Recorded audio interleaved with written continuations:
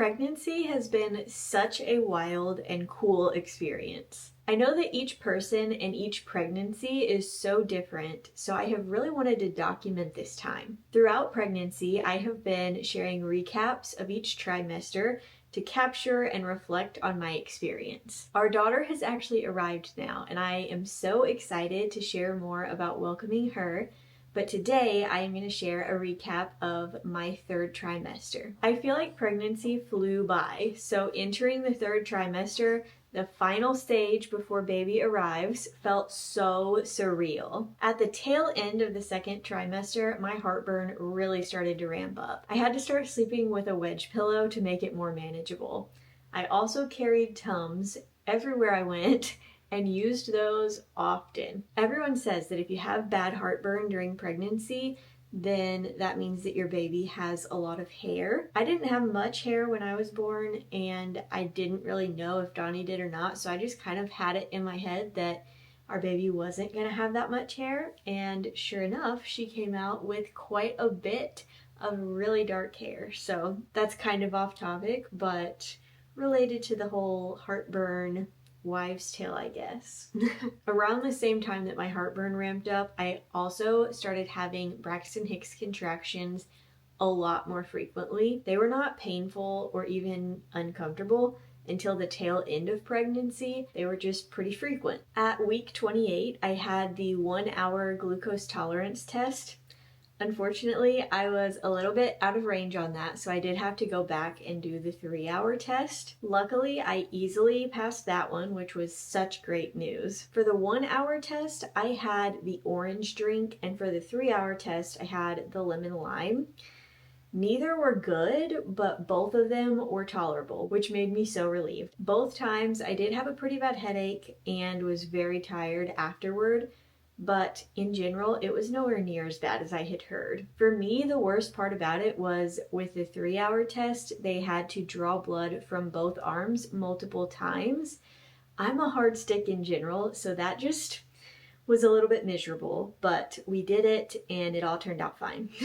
I had regular lab work done at the same time as the glucose tolerance test, and we found out that I was pretty anemic. So at that point, I started taking iron and vitamin C. Weeks 29 through 34 were pretty uneventful symptom-wise. During that window, we were thrown some incredibly sweet baby showers. If I had makeup on and not bedhead, maybe both shoes on and the bow tied, I think that this is pretty cute.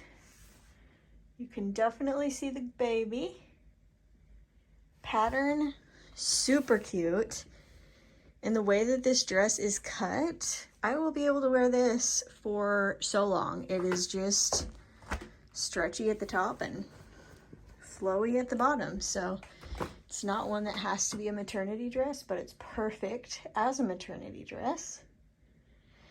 And I think I'm really out of breath from changing, but I think that it's pretty cute. My sister-in-law hosted such a sweet Winnie the Pooh themed shower.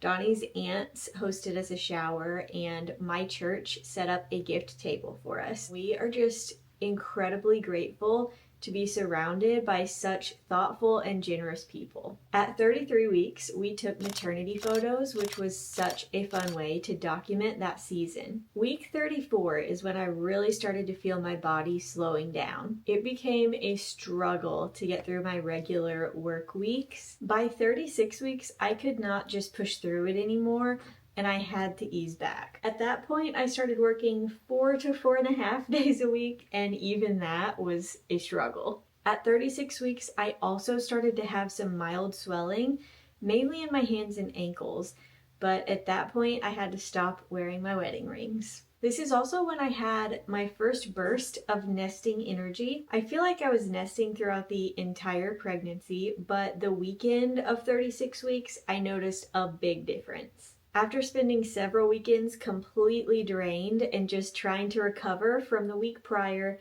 and prepare for the week ahead. I noticed that this weekend in particular, I had an unusual burst of energy and motivation to check off as much as we possibly could from our before baby to-do list. Donnie cleaned the exterior of the house. We got new sheets, caught up on laundry, and I edited several photos and videos that had been on my list for a while. Really, we just tackled a lot of lingering items that weekend.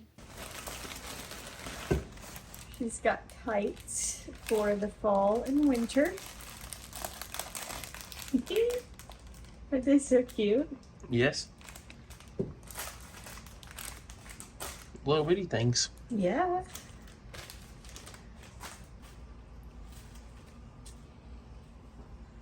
That is cute. Onesie. This is so cute. Little magnolia. She can come now. She has clothes. We have a place to put her. We have stuff to put on her, so we're good. In week 37, I really started to struggle with sleep. I was waking up a lot more in the night, and in general, I was just uncomfortable at all times of day, but it was especially hard at night. I also had pretty significant rib pain. It really started at the beginning of the third trimester, but by 37 weeks, it was very painful. This girl loved to kick, and her favorite position was having her ankles crossed and up in my ribs, which was pretty uncomfortable for me, but I was glad that she was cozy. At 37 weeks though, it became just very hard to breathe, and I was just uncomfortable all the time because of my ribs. Please move your foot out of your mom's ribs. Can you move your foot, please? Your toes are in your mommy's ribs. She's like wiggling her toes up there. Hey, yeah, those things. Those little wiggle monsters. Move them. Move them, please. Almost 24/7, I would sit with my arm pressing my stomach down, trying to press her feet out of my ribs and give myself a little bit of breathing room.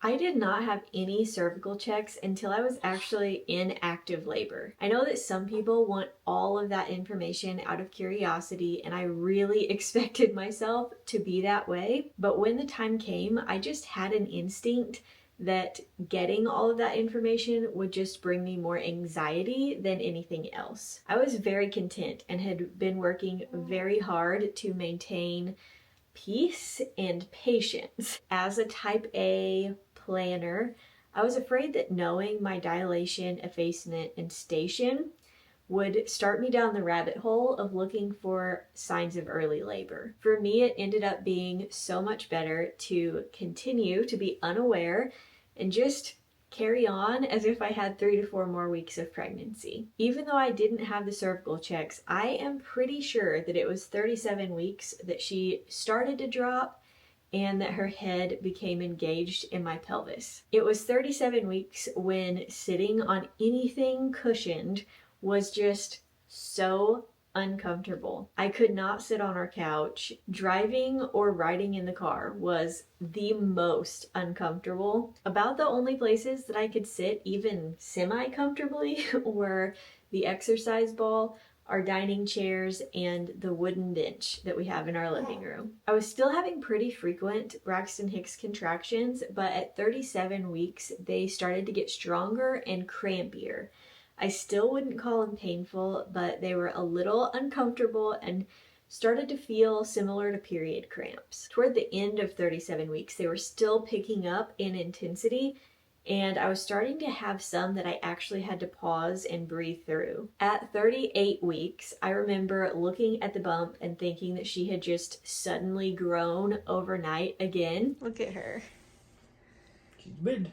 Yeah. I think that she was kind of settling in and dropping, and so just the change in her position made her look just suddenly so much bigger, but that was interesting. At 38 weeks and 1 day, we had another appointment.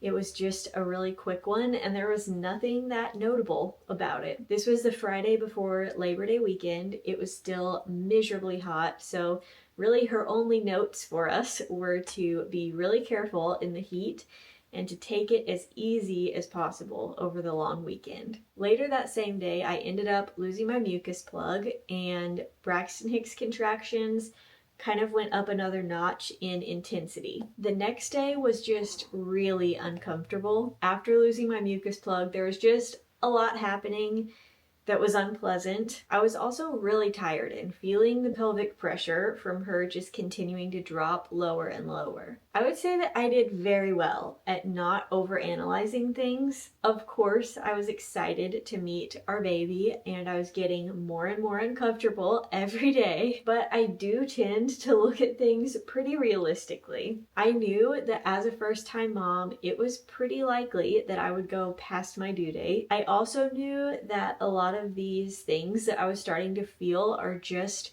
common in the third trimester and toward the end of pregnancy.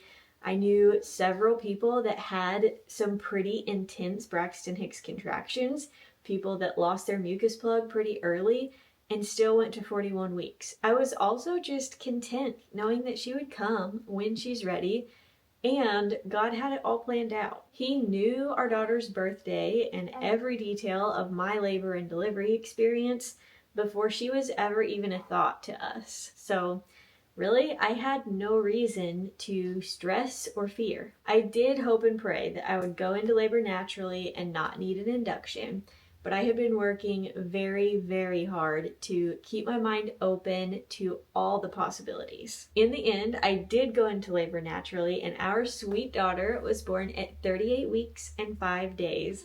It was so unexpected, and it was one of the most difficult, incredible, beautiful days of my entire life. We are so in love. We have been completely detached from the outside world, just recovering and soaking in all of those precious newborn snuggles. Her arrival wrapped up my third trimester, and I'm still a little bit in disbelief that this pregnancy is over. I have got to say though, being able to lay flat on my back, no heartburn, being able to take a full deep breath, and being able to hug Donnie without the bump in the way have been incredible. I'm so thankful to have had positive pregnancy and birth experiences. I am so excited to share more about welcoming our daughter.